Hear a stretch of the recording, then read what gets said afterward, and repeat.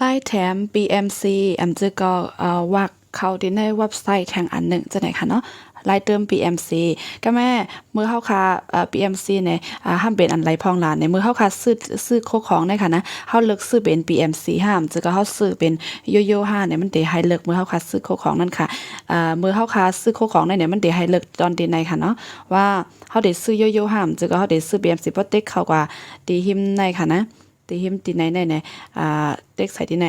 อันไหนมันได้ให้เลิกค่ะว่าเฮาได้เลิกซื้อในเป็น ROC5 จะก็เป็น BMC ค่ะนะเพราะว่า ROC ในซ้ำเนี่ยมันได้เข้าออโต้เข้ากับที่ในเว็บไซต์เฮาค่ะกำซื้อก่อนซื้อนั้นกำซื้อเพราะว่าBMC ห้ามเนี่ยมันวักมันได้เต็มไปเข้ากับที่ในเว็บไซต์มันได้กว่ามีไว้ที่ในอันเก็บไว้เป็น BMC เป็นคะแนนอันนั้นค่ะนะก็แม่ตีอันซื้อไว้เป็น BMC ให้ก็เข้าไปเลยใส่คะแนนที่เฮ็ดถือไล่ใส่มันหน่อยค่ะเนาะเฮาจะขึ้นก่อนด้วยค่ะเพราะว่าที่ในเนี่ยเพราะเป็นเฮาเป็นภาษาไทยเนี่ยมันได้เตรียมไว้ว่าแถวที่2เนี่ยได้เตรียมมาปกตินะคะนะแล้วก็เพราะเป็นแถวที่3เนี่ยเขาได้เตรียมว่าซื้อแบบ BMC นะคะนะอันนี้อันนึงก็ไม่เฮาค่ะจะขึ้นก่อนด้วยค่ะว่าเป็นอะไรเนี่ยแล้วก็ในคาได้เป็นภาษาไว้ในมันได้เป็นไว้ภายอังกฤษค่ะนะภายอังกฤษแลมันได้เตรียมไว้เป็นตัวเจ้าไหนค่ะตัวต้องตีเป็นตัว BMC ในก็ไรค่ะเพราะว่าเฮาค่ะดีกว่าดั้งไทยเนี่ยก็ตึ๊บเป็นภาษาเป็นภายดั้งไทยเนี่ยก็ตีในค่ะนะแจ้ง BMC นะคะแจ้งยอด BMC นะคะนะมันได้เป็นเจ้าไหนค่ะก้อยกะดับหรือต้องอะไรตัวอังกฤษภายหน้าตัวเล็กไทยภายหน้าเนี่ยต้องตีว่าตัว BMC อันนี้ก็อะไรค่ะนะ BMC ค่ะนะต้องตัวในก็อะไรค่ะแล้วก็อันเป็นเล็กไทยหรืออังกฤษมันมาปิ่นดั้งในค่ะนะดีTH เป็นภาษาอังกฤษภาษาไทยไทยแลนด์ค่ะนะแล้วก็ EN ได้เป็นอังกฤษค่ะนะมันได้เป็นภาษาอังกฤษเฮาค่ะ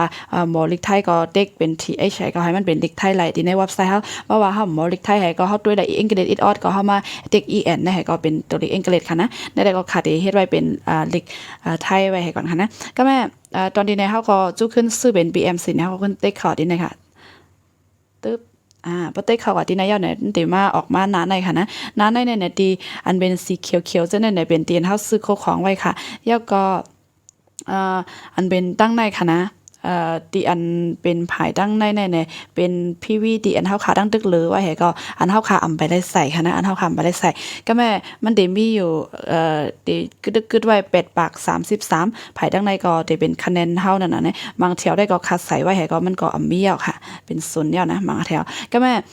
บ่ได้ใส่ในซ้ำเฮามาเด็กตีสีเขียวๆในค่ะนะเด็กตีไหนค่ะเด็กตีหิมในมันหมดค่ะนะพอเด็กใส่ที่ในเนี่ยมันเด็กกึดอันไรพองเนี่ยมันเด็กกึดในเป็นอยู่55เขาเป็ดอย่างงอสปัก83ขนาดเด็กเขาที่ปัก83เลยค่ะได้เป็นอย่างละลาย40โอเคไปเกียกอันนี้ก็จุขึ้นเข้ากับเทียงค่ะได้ไปใส่อันนี้แล้วก็เด็กขึ้นเข้ากับที่ปัก30นะคะนะปัก30เนี่ยนั่นได้เป็น transform ผุ่นคัดซื้อไว้ได้เป็นผุ่นแห้งต้นแห้งหมอกแห้งหมักค่ะนะได้เป็นไม้ซองเด็กขึ้นไว้ก็แม่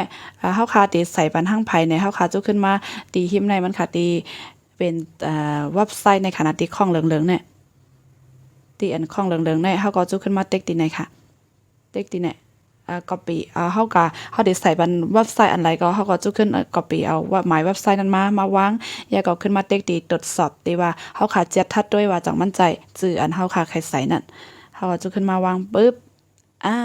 น่าจะเป็นจ่ายทุนแสงนะคะนะถูกแม่นค่ะแล้วก็บอกว่าเฮาค่ะมาวางหมายเว็บไซต์หลายๆแค่เฮาขึ้นมาเต็กตรวจสอบในตั้งอังกฤษเขาได้ว่าเฮ้ยเต็มฮู้แหละมันก็จะเป็นภายอันเป็นหิมคังหมายเว็บไซต์ในกำเดียวค่ะนะเด็กใส่ที่ไหนค่ะพอเด็กใส่ที่ไหนยาก็จื้อเดี๋ยวออกมาค่ะพอจื้อออกมายามันดังไกปันเฮาใส่เลยค่ะเนาะเพราะนั้นจูอันตีสอมๆเฮาได้หิมมาเต็กเนี่ยตีสอมๆที่อันหิมคังมันในค่ะนะที่ในเฮามาเต็กใส่ตุ่มสอมๆเลยค่ะเต็กใส่ปึ๊บ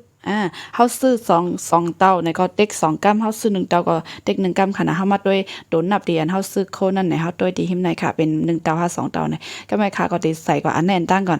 เพราะว่าใส่มาเนี่ยก็คะแนนก็เพียวค่ะนะในคะแนนก็เพียวดีแนวค่ะวิธีไหนค่ะนะเพราะนั้นก็เฮาขึ้นมาเต็กตรวจสอบแทงกรัมค่ะว่างยาวเนี่ยก็ขึ้นมาเต็กตรวจสอบทีไหนอังกฤษจังหือเต็มฮู้แหละตัวเต็กตีไหนละเต็กตีไผทั้งซ้ายมือในค่ะนะเต็กตรงไหนปึ๊บแล้วก็ขึ้นมาบันทึกในที่ไหนค่ะนะตัวอังกฤษก็ตึกในกลางในเป็นส่วนไหนเต็กเสร็จไปกับแน่เข้ากว่าค่ะนะเข้ากว่าแน่ใจทุนแสงแน่เข้ากว่า 1 ปาก 30ค่ะค่าซ้ำตีใส่บัน2 ปาก 50 วากในใดขึ้นเขาแทงกำหนึ่งกว่าแทงปากเศร้าค่ะนะปากเศร้าในเป็นอันไรล่ะแน่ปาก50อันแน่ขึ้นเต็กเขาค่ะดีในแถวเฮาใครเลือกนั่นไหนเฮาก็เต็กเขาค่ะว่าเฮาใครเอาแถวอะไรใส่ค่ะนั้นแฮมปาก50ปาก30ปาก50ให้ตั้งโอเคมันเป็นหังค่ะเลยขออีกก็เป็นหังค่ะเนาะย้อนได้เป็นค่าซื้อไว้เป็นมุนพองค่ะมุนพองมันไหนมันจุได้มีไว้อยู่อันเป็นวักมันได้ได้เป็นรองปื้นได้มีวักมันได้อยู่ปาก55ค่ะนะเพราะนั้นจูค่ะเขาขึ้นมาใส่ที่ไหนค่ะแล้วก็ขึ้นมาตรวจสอบแทงกำจึงออกมาเพราะนั้นก็ค่ะเขาขึ้นมาเต็กใส่ที่ไหนค่ะนะเต็กใส่ปึ๊บโอเคบันทึกที่ในแทงกำ1ตึ๊บโอเคหังใจทุนแสงโอเคอะค่ะเนาะแล้วก็เฮาค่ะขึ้นก่อนด้วยอันเป็นหังใจทุนแสงแน่ๆว่าต้องพีวีมันปามาหน่อยค่ะแน่พีวีมันก็มาวักมันก็มา2 ปาก85แล้วค่ะนะอันเป็นไล่ใส่ PMC ได้ก็เต็มบอกข้างในนึงค่ะไม่ทรงก็ค่ะที่อันถามว่าก็ขึ้นถามว่าอะไรแทงคณะว่าใครหมอไล่อีสังพองเนี่ย